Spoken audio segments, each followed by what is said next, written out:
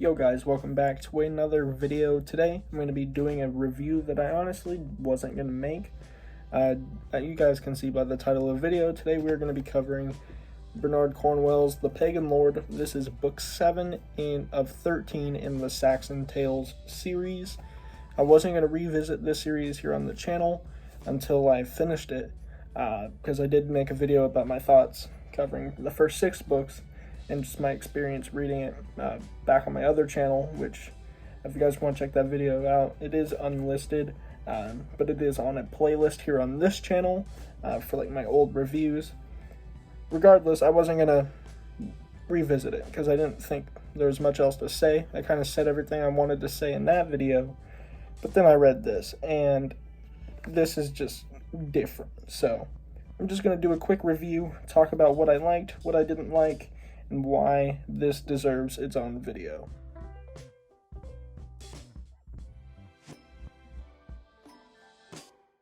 When I finished Death of Kings, which is book 6, I honestly didn't know where the story would go.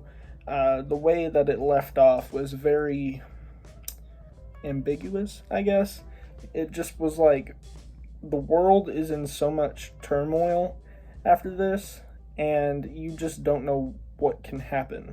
There were several great leaders who died, and there was going to be like this power struggle and power vacuum after that, and it's like, well, what is going to happen? There's just so much unknown about the world that they're in, and I mean, this is historical fiction, so I guess our world, but you guys know what I mean. So I really didn't know what to expect with this book. I was excited, I was unsure. But lo and behold, this book actually takes place about a decade after the last book. So a pretty significant time jump there. 10 years, I mean, a lot happens in 10 years. This really felt like, reading this book in particular, really felt like revisiting something that just got like a new, like, to put it in terms of show, like a TV show, it felt like something where you watch this really good show that you were in love with for the longest time, and then it was like canceled, or you were just waiting for the next season, and then years and years later another season comes out and all of the characters are a little bit older, and you're like, a lot of it is spent like reminiscing on the older stuff, almost like that. Or kind of like if you played God of War 2018 and then played Ragnarok. It felt like all that time has passed. The characters, mainly like Atreus and all that, are older. The world is a little bit different. That's what it felt like with this book. I really liked the focus on Uhtred talking about how much older he's gotten, and looking at the people around him who he's known for years and years, like Finan and even Canute and his family, like Aelfric, who was the Lord of Bebbanburg, who took it from him, all that stuff, looking at these characters around him and just coming to terms with how old he's gotten. And at this point in the book, or in the series, he's like in his 50s or 60s, I think it's 50s, which is just mind-boggling, because I remember reading the first book when I was in the 7th grade, and it feeling like a really important coming-of-age series where, you know, he's very young.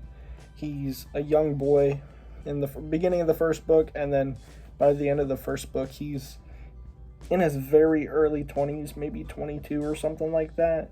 So following him basically his whole life is just crazy, and being at this point and realizing how old he's gotten, it puts it into perspective. And I really like that about this book, the constant reminder that Uhtred's getting older, and this whole time, this whole series is about him and his struggle to, like, between duty and where his heart's at. His duty is to the Saxon people and to the throne, but his heart is in Northumbria with the Danes and with Bebbanburg. And so this whole struggle, him realizing that he's not getting any younger, and he's probably never going to get what he actually wants, so better to die trying than not at all. Which brings me to my next point of why I really like this book is it shows Uhtred making an attempt to retake Bebbanburg, which was awesome. I didn't really know what to expect with that, because if he did retake it, that would have been cool. But as he stated, like, if he did retake it, it's pretty much game over. Like, he's not leaving.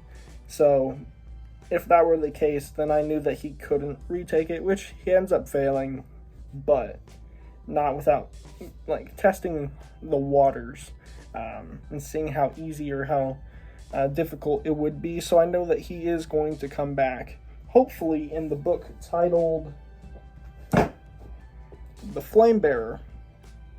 Just based on the title alone, the Flame Bearer, as Uhtred talks about it, is his ancestor named Ida, I believe. And Ida was the guy who created Bebbanburg. And so, with that being the title, I assume that this book is going to be pretty Bebbanburg-centric. And so I'm looking forward to Uhtred finally taking back what's his and what he's been trying to do this whole series so far. And lastly, the last thing I'm going to kind of talk about is Canute, who is the main villain of this book. The way Saxon Tales works is really every book has like its own villain. It's almost like if you're talking about like anime or manga or whatever, it's like a monster of the week kind of thing. Where the first book, the main big bad was Ubba. The second book was Sven of the White Horse. The third book was like Kjartan. The fourth book was like the Turgelsons or whatever, the two brothers. The fifth book was Bloodhair. The sixth book was Sigurd and Canute, and then this book was both Sigurd and Canute, but mainly Canute. He was the main focus. So the point I'm trying to make is that there's all these different villains each book. Anyways, you guys get what I'm saying. Canute has easily been one of my favorite villains that he's faced so far. He just felt like that guy. The way he's described in this book, he's very like calm and cold and collected and calculating and scheming. And even just like based on like his character description, he very much reminds me of like, again, I don't know this series very well, but just based on what I do know, reminds me of like Sephiroth from Final Fantasy. He's like the Sephiroth to Uhtred's Cloud, right? He just seemed like that guy. He's a menace. And all the way up until the final battle, the final chapter of this book, he's just terrifying. He's that looming threat where they know if they screw up, Canute's going to come after them and they could die at any moment. One of my favorite things about these books, and this happens pretty often, is that it will seem like there's no hope whatsoever that Uhtred's going to die, his army is going to be crushed, and the enemy is going to win. That often happens until, not. Almost like that scene in Two Towers when Gandalf rides over the horizon. It's kind of like that, where, their armies are just getting crushed. They're just holding out until reinforcements come. And this happens in this book as well, where Edward shows up with Ethelred and all that. But during that whole sequence, I absolutely love those parts. Really, in any series, I guess what they would call the darkest hour, where it really does feel like all hope is lost. Those are my favorite parts in books in general, when there's just so much uncertainty, and yeah, it's great. And in this book in particular, it was excellently done, all the way up until the very end, when Uhtred finally has his one-on-one duel with Canute. And not going to spoil anything, but Uhtred's alive, obviously. There's what's his book, 7, 8, 9, 10, 11, 12, 6 more books to go. So obviously he's alive, but yeah, it was awesome. And Canute as a villain, everything leading up to it, just the build-up of Canute's character versus Uhtred was awesome. And yeah, that's really all I needed to say in this video. I just felt the need to talk about this book in particular. One thing before I do go that I did want to say is that if you wanted to take a break in this series, I think book 6 is the perfect place to take a break. Well, I mean, after book 6, between books 6 and 7, because of that 10-year time skip, it almost felt like a really important part, like almost like in One Piece, how you have the time skip, or in Naruto, like any of these like anime or manga that have the important time skip, where it feels like, okay, I completed that, now I'm going to take a break and then come back to it later on, and it feels fresh. And I feel the same about this, where the time skip was so significant that there is a lot of explanation and just like that reminiscing thing I was talking about. So yeah, if you're going to take a break in this series, between books 6 and 7 is the way to do it, in my opinion. I'm going to go ahead and just give this book 5 out of 5 stars. Now, that might seem a little cheap that I'm giving this book too easy of a 5 out of 5 stars, but I honestly give all the Saxon Tales books 5 out of 5. Am I biased? Absolutely. I love this series. Each book is something a little bit different. They follow the same formula.